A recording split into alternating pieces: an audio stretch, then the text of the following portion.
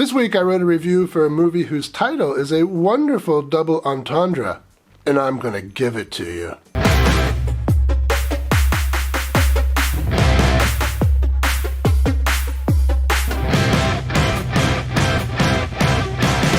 Welcome to Exploitation Reviews, and me, Rob, and today I'm taking a look at She Came on the Bus from 1969. This is yet another roughie from that 60s New York scene. You may or may not know, but one of the goals of my channel is to find and review every roughie from that scene.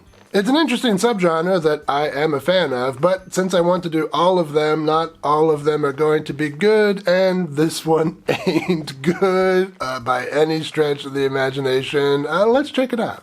We open on some energetic classical music and produced by Peter Jackson. I'm going to assume that's not the Peter Jackson we know because in 1969 he was only 8 years old.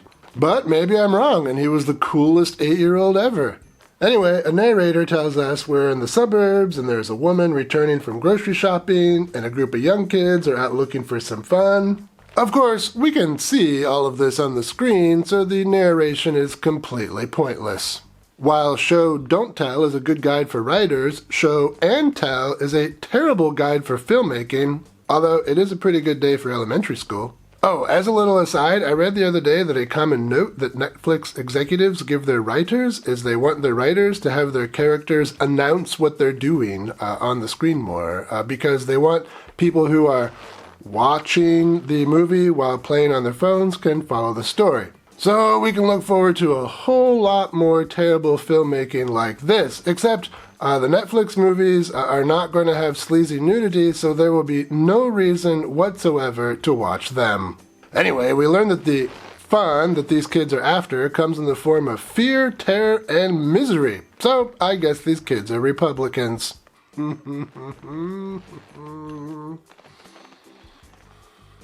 These kids, who look like 20-somethings, bust in and eat the lady's fresh-bought groceries. Oh no, they are teenagers. The woman comes in and sees her groceries are gone, and the kids attack. They immediately get up to some rough stuff that you can't see here on YouTube. Man, I just work here. But of course, we don't have to stay here. You can now support the channel on Patreon and get access to spicy versions of my reviews. Link is in the description. The kids inject the housewife with some drugs and carry her off screen. While one guy is busy with the housewife in the other room, the teenagers in the kitchen wax the floor. I wish my kids helped out more with the housework. The guy in the bedroom finishes up and leaves, and another guy comes in.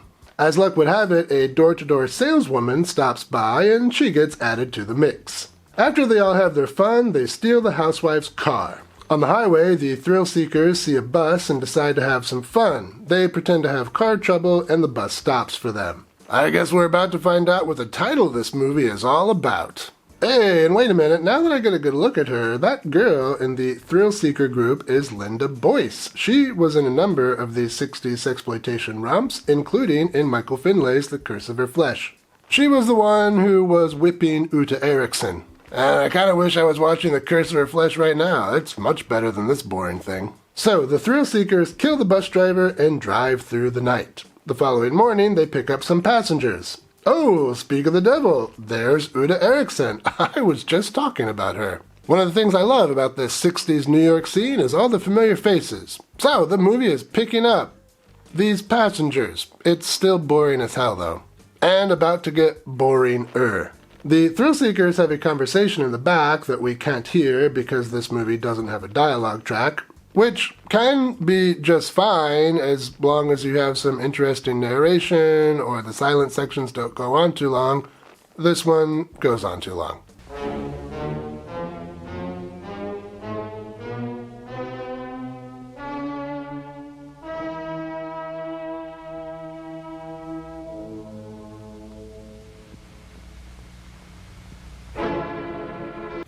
That's some fine filmmaking right there, folks. The thrill-seekers eventually turn on the new passengers. Uta resists, but her friend seems to be into it.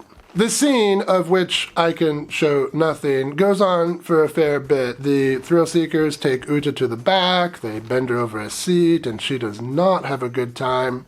Meanwhile, her friend up in front takes off her shirt and whoo, the wheels on her bus go round and round. And after all that fun, the thrill seekers go back to the house where it all started, for some reason. Luckily for them, the ladies they left there are still passed out and haven't called for help. Which, if you think about it for even half a second, is ridiculous. The narrator at the beginning told us that this housewife had kids and a husband. Are we just supposed to believe that none of them came home after school or work and found the wife together with some stranger naked and hopped up on goofballs? I don't believe that for even a second. Also, those thrill seekers killed the bus driver, so who is this driving the bus away when they pull up to the house? It's better not to spend even half a second thinking about this movie. And so that's enough out of me as far as plot goes. Let's talk some highlights. Well, when that group of ne'er-do-wells finally make it to the bus, eventually things kind of pick up the pace and become more interesting to look at. Which is to say there's a lot of what we look for in these kinds of movies. Skin filmed in black and white. Uta and her friend look great, and later in the movie, Uta's friend does some dancing where she really makes the wheels on that bus go round and round. I'm pretty sure she had some experience as a dancer. That friend also has a naked encounter with Linda Boyce, and that's pretty great too. I suppose the extremely low budget does make for some funny scenes, if you think it's funny to laugh at ineptitude. I mean, it is kind of funny that the dead bus driver somehow is alive again to drive the bus away. I mean, clearly the filmmakers just filmed their cast getting off a normal city bus and didn't think anyone would care. That is kind of funny. But that's about the extent of the positives in this movie. It's got a couple of nice ladies, coupling, and that's about it. Because like the cool kids in the back of the bus on a field trip, this movie has some shortcomings. Well, this is a very low effort, extremely low budget Roughie, which isn't exactly a genre known for its stellar production values anyway. Almost everything about this movie is terrible. This is a Moss film, which means there's no synchronized audio, just narration, which I don't actually mind when it's done well. And here, what the narrator says can be pretty funny in an outlandish, so bad it's good way. The bus that will be picking them up this morning is one of a very rare kind.